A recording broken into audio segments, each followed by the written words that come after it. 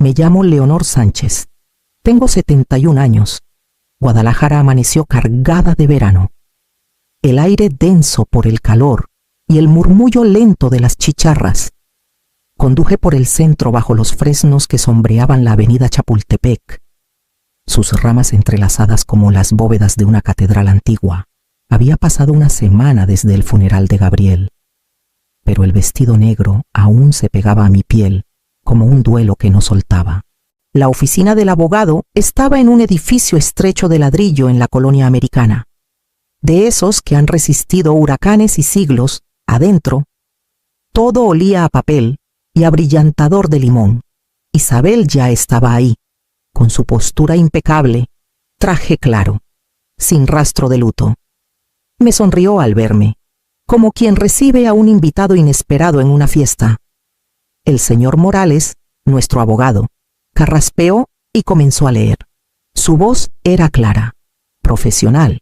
A mi hija, Isabel Sánchez, le dejo la casa familiar en la calle López Mateos, junto con todas las inversiones y cuentas bancarias, valuadas en aproximadamente 100 millones de pesos. Los ojos de Isabel se deslizaron hacia mí. No se regodeó, todavía no, pero sus labios se curvaron, suaves y seguros, como quien confirma algo que ya sabía. El señor Morales pasó la página. A mi esposa, Leonor Sánchez, le dejo la propiedad conocida como la Cabaña de los Lagos, en el lago de Chapala, incluyendo los terrenos aledaños y todo lo que contenga. Eso fue todo. Las palabras flotaron un momento, frágiles como hojas secas. Me quedé inmóvil, con las manos cruzadas en el regazo. Isabel soltó un suspiro pequeño, casi teatral, y tocó mi muñeca. Papá siempre decía que amabas esa cabaña. Seguro estarás a gusto ahí. A gusto, la misma palabra que usó cuando me fracturé la cadera el invierno pasado y me negué a mudarme a su cuarto de huéspedes. El señor Morales me miró con cuidado. Señora Sánchez, su esposo hizo estos arreglos hace 3 meses. Fue muy claro en sus instrucciones. Asentí. La garganta me ardía, seca, sin palabras, al salir. El calor de Guadalajara me golpeó como pared. Las campanas de la catedral sonaban a lo lejos. Isabel caminaba a mi lado, sus tacones repiqueteando contra el adoquín. En la esquina se acercó. Su voz baja, casi amable. «Aún esa cabaña es más de lo que mereces», dijo. Cruzó la calle antes de que pudiera responder. Me quedé un momento, viendo su figura clara desvanecerse en la luz del sol, y luego caminé hacia el estacionamiento. El aire olía a sal y jazmín.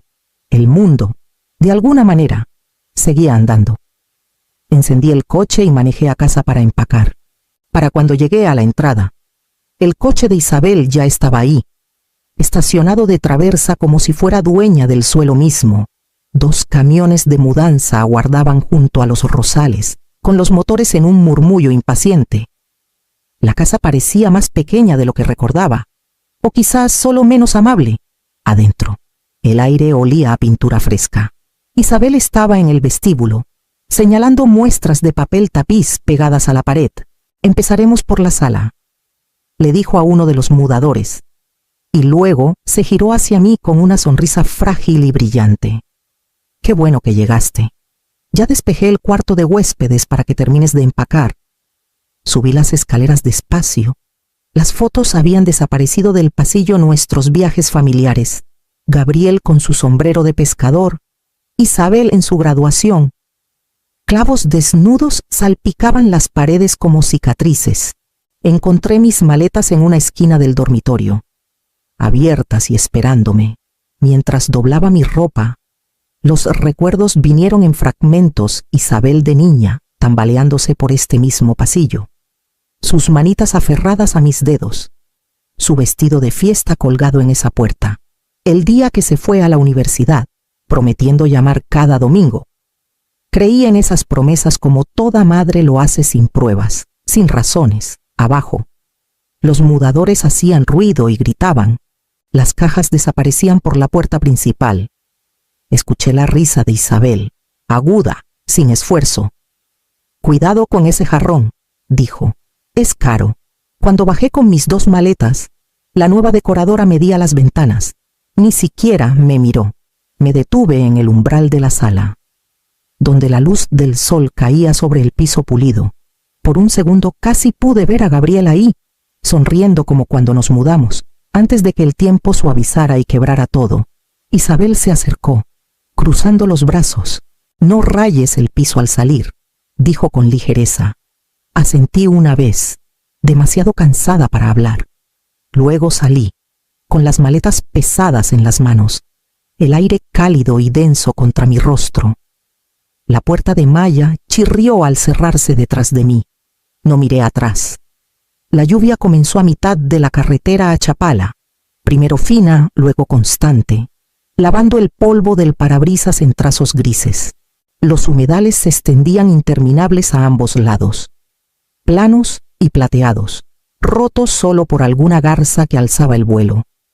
Conduje con ambas manos en el volante. El silencio dentro del coche más fuerte que la lluvia. Entre más avanzaba, menos casas veía. Guadalajara quedó atrás, reemplazada por pinos y caminos largos y vacíos.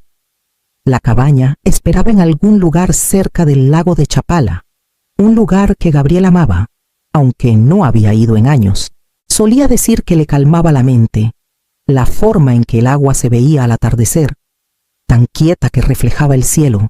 Pensé en él mientras manejaba sus manos siempre ásperas de arreglar cosas, el silbido suave que hacía al medir madera. Él mismo construyó el porche de esa cabaña, tabla por tabla, sin aceptar ayuda. La promesa de un hombre debe sostener su propio peso, dijo una vez, secándose el sudor de la frente. Cuando finalmente doblé por un camino de terracería, la lluvia se había reducido a una neblina. Los árboles se inclinaban a ambos lados, goteando en silencio. La cabaña apareció como una foto vieja más pequeña de lo que recordaba. La pintura descascarada, los escalones hundidos. Adentro, el aire olía a cedro y polvo. Las ventanas estaban opacas y el piso crujía bajo mis zapatos. Dejé las maletas y me quedé un largo rato, dejando que el silencio me envolviera. Luego encendí una vela en la encimera. La llama titiló, pintando la habitación de un dorado suave. En un armario encontré una taza agrietada, manchada por años de café. Las palabras apenas se leían, pero seguían ahí para mi Leonor, mi brújula. Pasé el pulgar por las letras. El dolor en mi pecho profundo y constante. La lluvia volvió a caer afuera, suave contra el tejado, como si el mundo intentara recordar cómo empezar de nuevo. A la mañana siguiente, la lluvia se había ido, dejando el aire fresco y punzante con aroma a pino. Abrí las ventanas para que la cabaña respirara. El polvo danzaba en la luz del sol como fantasmas pequeños. Cada rincón traía el olor del tiempo, madera vieja, moho, rastros leves del tabaco de Gabriel. Empecé a limpiar despacio, más para mantener las manos ocupadas que por otra cosa. La escoba raspaba las tablas deformadas, removiendo años de silencio. Cerca de la chimenea colgaba una foto desvaída del lago al amanecer, del tipo que Gabriel tomaba con su cámara de rollo. El marco estaba torcido, y al enderezarlo, noté algo extraño. Una tabla detrás no encajaba bien con la pared. La presioné con suavidad. Cedió con un crujido leve. Había un hueco estrecho, apenas suficiente para mi mano. Mis dedos rozaron algo seco y delgado. Un sobre. Estaba amarillento por el tiempo, con mi nombre escrito en la letra de Gabriel. El corazón se me atoró. No había visto su escritura desde los papeles del hospital. Adentro había una nota doblada y una pequeña llave de latón atada con un cordel. El papel crujió al abrirlo. Guarda esto con cuidado.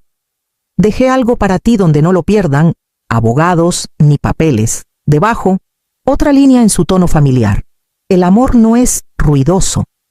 Se esconde en los lugares callados. Di vuelta a la llave en mi palma. La etiqueta tenía grabados 3 caracteres simples. Caja 112. La vela en la mesa parpadeó, su llama inclinándose con la corriente. Afuera, Un pato silbó sobre el lago, bajo, inquietante, vivo. Cerré el sobre con cuidado y me senté un largo rato, la llave tibia contra mi piel, sintiendo algo que no había sentido en semanas propósito. 2 días después, estaba de vuelta en Guadalajara. El trayecto se sintió más corto, aunque mis manos temblaban en el volante. La llave de latón descansaba en el portavasos, brillando bajo la luz de la mañana como si conociera el camino. La avenida Chapultepec hervía de ruido y movimiento, carretas traqueteando, turistas tomando fotos, el tañido leve de las campanas de la iglesia. No había vuelto al centro desde el funeral. Entrar al edificio de granito del Banco de Occidente fue como cruzar a otra vida. Gabriel había mantenido mi nombre como cotitular en los registros de las cajas de seguridad. La tarjeta de firma aún era válida. En la recepción, una joven me saludó, pero al darle la llave marcada con caja 112 parpadeó y se excusó. Momentos después, un hombre mayor con chaleco azul apareció. Señora Sánchez, preguntó con suavidad. Recuerdo a su esposo, Gabriel Sánchez, siempre cortés, siempre puntual. Venía cada pocos meses, siempre solo. Me llevó por un pasillo tranquilo, flanqueado por puertas pulidas. Mi corazón latía más fuerte que nuestros pasos.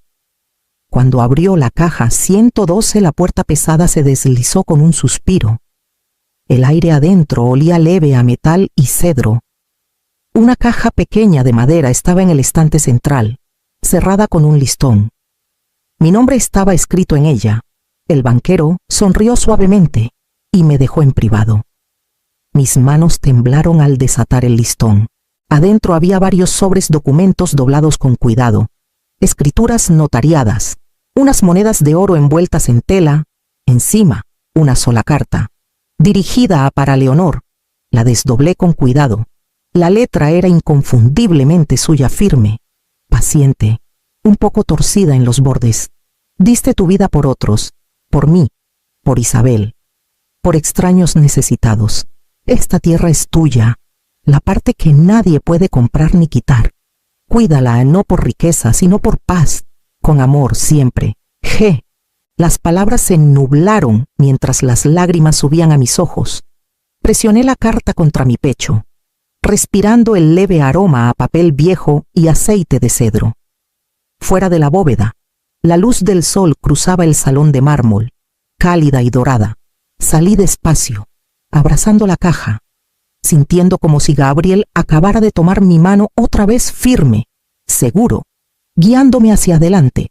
La oficina del abogado daba al lago, la luz de la tarde destellando en el agua como vidrio roto. El señor Vargas, un hombre callado con gafas de armazón metálico, extendió los papeles sobre su escritorio, los ajustó con cuidado, como si la verdad misma necesitara alinearse antes de ser dicha. Señora Sánchez, dijo, señalando un mapa. Su esposo compró esta tierra en privado hace casi 25 años, bajo un fideicomiso separado. Nunca se incluyó en la herencia que pasó por el proceso legal. Gabriel mantuvo este fideicomiso con un número de registro distinto, privado, totalmente fondeado, y nunca listado en los archivos conjuntos de la familia, así que nadie, ni siquiera Isabel, sabía que existía. Me incliné más cerca. El mapa mostraba la forma del lago de Chapala, un óvalo azul rodeado de hectáreas verdes. Las líneas rojas se extendían más de lo que esperaba sobre colinas, a través de bosques, incluso cruzando una porción de la propiedad de López Mateos. Señalé el borde norte. Esa es la casa de Isabel, dije en voz baja. Asintió. Técnicamente, sí. La mansión está en un terreno propiedad del fideicomiso Sánchez. Cuando se redibujaron los límites para la zonificación hace 20 años, Gabriel nunca transfirió las escrituras ligadas al fideicomiso, legalmente. Su casa fue construida en un terreno arrendado, solo que ella nunca lo supo. Y ahora pasa completamente a usted. Por un momento, solo miré el papel, trazando las líneas con la yema del dedo. Los bordes del mapa se nublaron mientras mis ojos se llenaban de lágrimas. Gabriel lo había hecho a propósito. Había visto más lejos de lo que jamás imaginé. El señor Vargas empujó un juego de documentos de título actualizados. Solo falta su firma. Mi mano no tembló al tomar la pluma. El rasguño de la tinta contra el pergamino sonó final y suave, como el cierre de una puerta que nunca volvería a abrirse. Cuando terminé, él sonrió débilmente. «Felicidades, señora Sánchez. Parece que es dueña de mucho más que una cabaña». Doblé los papeles con cuidado en mi bolso y le agradecí. Al salir, el viento del lago alzó mi cabello y la luz del sol atrapó el agua justo en el ángulo perfecto, brillante, indómita, infinita. Por primera vez desde que Gabriel murió, sentí que el suelo bajo mis pies era realmente mío. Era casi el atardecer cuando escuché el crujir de llantas en el camino de grava. El sonido era agudo, apresurado, fuera de lugar en la quietud. Salí al porche justo cuando el sedán negro de Isabel se detuvo frente a la cabaña. La puerta se abrió antes de que el motor se apagara. Ella marchó hacia mí, sus tacones hundiéndose ligeramente en la tierra. Su cabello estaba perfecto, su labial brillante, pero su rostro estaba pálido de furia. «No puedes quitarme el terreno bajo mi casa», gritó. «Esto es una locura. Mamá, completamente absurdo». Me quedé junto a la baranda del porche, con las manos cruzadas. «No he quitado nada», dije suavemente. Solo dejé de dar, por un segundo. Las palabras parecieron flotar, ligeras y absolutas. Isabel parpadeó, su boca abriéndose y cerrándose sin sonido. No estaba acostumbrada, le instó a escuchar calma de mi parte. Solo disculpas, dudas, explicaciones suaves que la hacían sentirse más grande. «No entiendes», exclamó, su voz quebrándose. «El banco llamó esta mañana. Congelaron el refinanciamiento. Dijeron que el título del terreno no es mío. Cuando el topógrafo me envió el mapa actualizado, vi el fideicomiso Sánchez a tu nombre. Dijeron que no pueden refinanciar un terreno que no es del prestatario. Tengo 2 préstamos atados a esa propiedad». El color se le fue del rostro mientras se aferraba al poste del porche. «Están hablando de ejecución hipotecaria», susurró, casi para sí misma. Todo se está desmoronando». La miré las líneas duras de su rostro, el temblor de sus manos, y no vi a una enemiga, sino a la niña que corría descalza por el césped del lago, riendo mientras su padre gritaba su nombre. Algo en mí dolió, pero no se dobló. «No estoy aquí para arruinarte», dije en voz baja, «solo para vivir en lo que es mío». Isabel dio un paso atrás, luego otro. La furia se deslizó de su rostro, dejando algo más pequeño: confusión, tal vez miedo. El viento del lago alzó su cabello. Por primera vez, no tuvo nada más que decir. Me giré hacia la luz del porche y la encendí. El resplandor dorado se derramó sobre el camino de tierra, firme y sin titubear. La primavera llegó temprano ese año. El aire alrededor del lago se suavizó, y flores pálidas se abrieron en el magnolio junto al porche. Pasaba mis mañanas cuidando el pequeño jardín cerca de los escalones, nada sofisticado. Solo hierbas, jitomates y unas caléndulas tercas que, de alguna forma, sobrevivieron el invierno. La vida volvió a moverse despacio, como una canción vieja, tocada lo bastante suave para recordar la letra. Una tarde, al recoger el correo, un sobre color crema destacaba entre las facturas. Mi nombre estaba escrito en una letra familiar, cuidadosa. Me quedé junto a la ventana un buen rato antes de abrirlo. La primera línea era corta. «Lo siento, mamá». La siguiente rompió algo en mi pecho. Pensé que el dinero era amor. Ahora veo lo que me costó. La carta seguía, más temblorosa. El banco se quedó con la casa. Vendí las joyas, el coche, todo. Los periódicos lo llamaron una caída trágica de la gracia. No duermo sabiendo cómo te traté. Cambiaría cada peso que toqué por volver a cenar contigo. La leí 2 veces. La tinta borrosa, donde sus lágrimas debieron caer. No había rabia en sus palabras, solo cansancio, del tipo que llega cuando el orgullo finalmente se quema. Llevé la carta afuera y me senté bajo el magnolio. Los pétalos comenzaban a caer, blancos contra el césped como pedazos de papel doblado. Leí sus palabras una vez más. Luego las doblé cuidadosamente por los pliegues, adentro. En la repisa sobre la chimenea estaba la vieja caja de la brújula de Gabriel. Levanté la tapa y puse la carta dentro, junto a la brújula de latón y la foto gastada de los tres en el lago. Cuando todo aún cabía en una sola imagen, el viento cambió. Trayendo el aroma a magnolio y lluvia, cerré la caja con suavidad y la dejé ahí. Una tregua silenciosa, sellada no en palabras, sino en quietud. Pasó un año, tranquilo y firme como la marea. La cabaña ya no se sentía como un exilio, se había vuelto un hogar. Las tablas del porche brillaban bajo barniz fresco, y el jardín crecía más cada temporada, lleno de hierbas, flores silvestres y las risas de mujeres que venían a descansar aquí. La voz corrió despacio, llevada por vecinos y el boletín de la iglesia a un pequeño refugio en el lago de Chapala para viudas y madres solteras que necesitaban paz. No era grandioso, pero era constante, los fines de semana. El porche se llenaba de voces suaves y el olor a pan horneado. Nunca cobré nada. La paz era la única moneda que quería. Esa tarde, el sol se hundió sobre el lago, tiñendo el agua de cobre y oro. Me senté afuera con una tetera y 2 tazas, por costumbre más que por esperanza. La luz del porche apenas se encendió cuando escuché el crujir de llantas en la grava. Una puerta de coche se cerró. Luego pasos vacilantes, cuidadosos. Me giré, y ahí estaba Isabel, el cabello recogido con sencillez, un ramo de azucenas en la mano. «Hola, mamá», dijo, su voz más pequeña de lo que recordaba. Señalé la silla vacía. «¿Viniste de lejos?», dije. Se sentó, dejando las flores entre nosotras. El silencio se extendió, pero ya no era afilado. Al cabo de un momento tomó la taza de té que había servido sin pensar. Bebimos en un ritmo callado, el aire zumbando con grillos y el canto lejano de un búho sobre el lago. Cuando alzó la vista, sus ojos estaban húmedos. No sabía cómo arreglarlo. Susurró.